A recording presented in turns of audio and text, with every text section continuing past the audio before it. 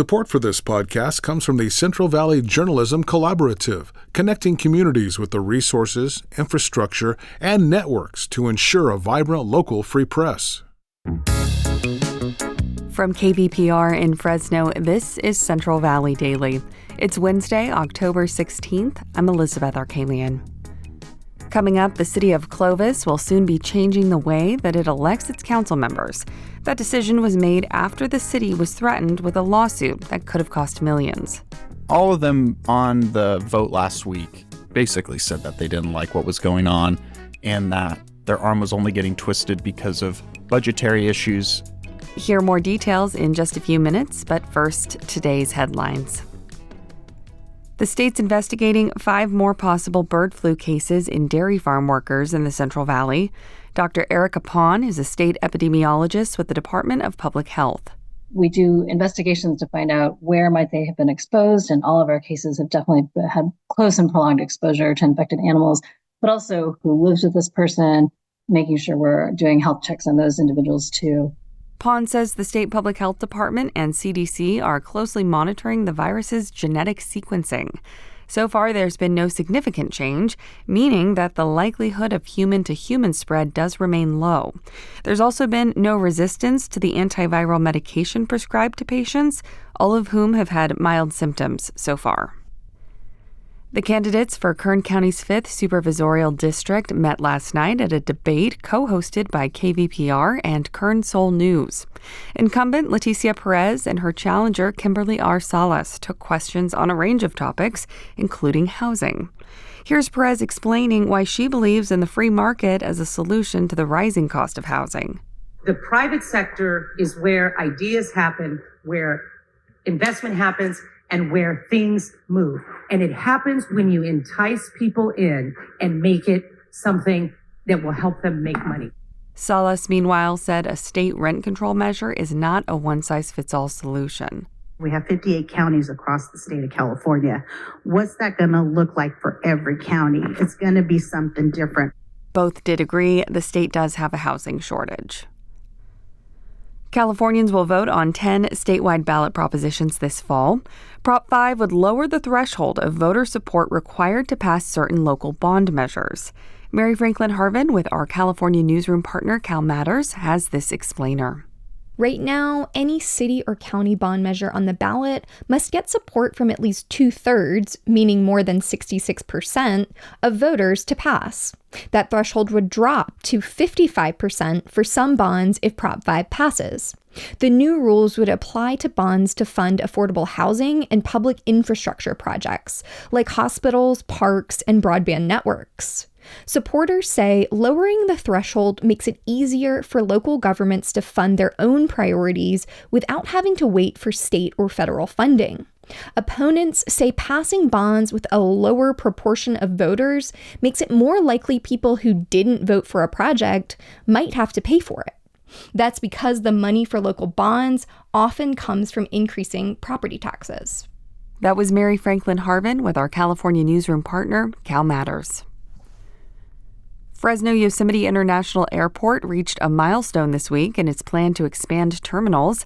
In what's known as a topping-off ceremony, a final beam was placed on the framework for the upcoming expanded terminal building.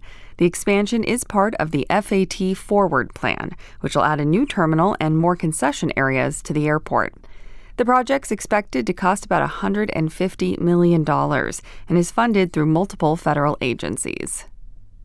The Fresno and Clovis police departments announced on Tuesday new funding from the state's Office of Traffic Safety. The grants total more than $500,000, and according to law enforcement leaders, will be used to help reduce serious injuries and deaths on the road. The grant program runs through next September. Support for Central Valley Daily comes from Fresno Mazda, a member of the Prieto Automotive family, celebrating the grand opening of the newly renovated showroom on Thursday, October 24th. This all-ages event features live music, refreshments, and a gift for the first 100 guests. myfresnomazda.com. And now to our main story. In recent years, how the City of Clovis elects its council members has been very different compared to most cities in the Central Valley. Instead of electing council members based on drawn-out districts like we do for congressional races, the city elects its members at large, meaning all registered voters in Clovis are voting for the same pool of people for their city council. But soon that will change.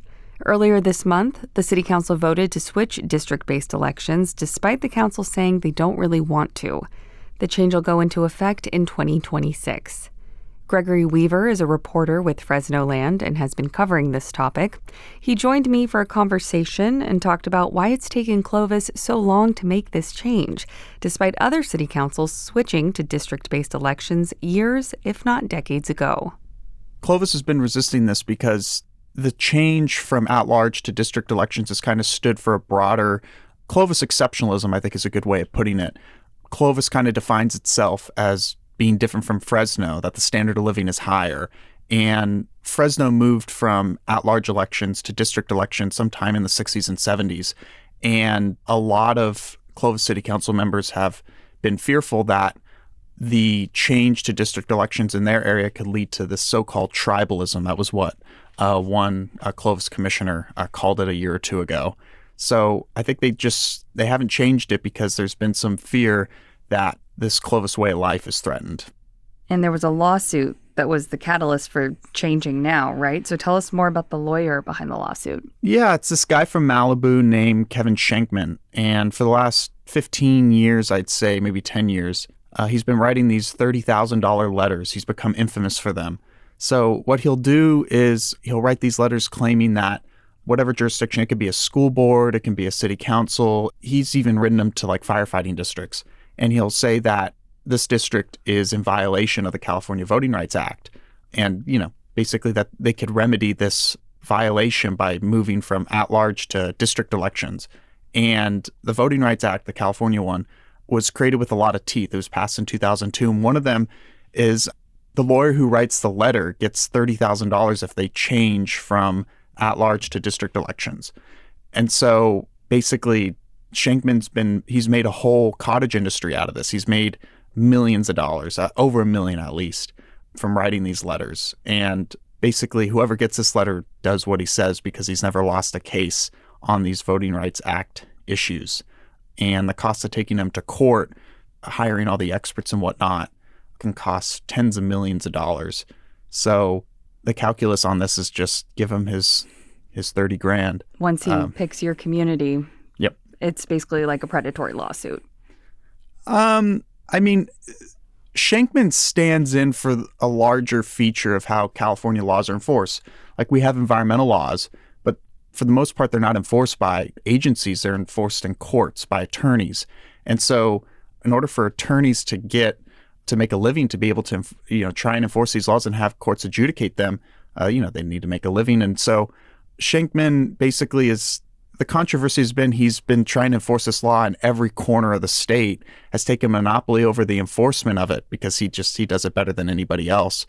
And people have used this as ammunition that he's writing these predatory letters to jurisdictions that maybe don't need that, like a firefighting district, for example.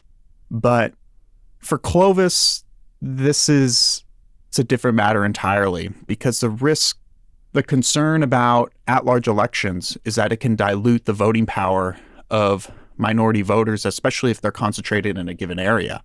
And in the case of Clovis, there's a lot of minority voters south of Shaw. So the concern is that voting power is diluted versus if there was a district in South Clovis where there could be a council member who could, better represent their interests. That was what he was saying in the letter. And Clovis spent 2 years trying to disprove it and haven't come up with any conclusive evidence to the point where they thought they could take Shankman on. So they did what he said. Clovis Mayor Lynn Ashbeck called the lawsuit, quote, legalized bullying in your report. Have other council members weighed in? Yeah, all of them on the vote last week basically said that they didn't like what was going on and that their arm was only getting twisted because of budgetary issues, not leaving them with $20 million to take Shankman on in court. And they all don't like this. For those not in the Fresno area, can you just describe sort of the reputation that the Clovis community has? You did touch on that a little bit earlier, but how did some of the public comment at the city council meeting sort of reflect that reputation?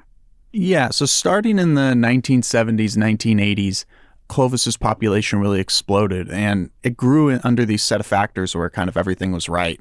Clovis unified, built all its buildings during this time in the state when there was a lot of school bonds that actually almost entirely paid for the cost of building these schools.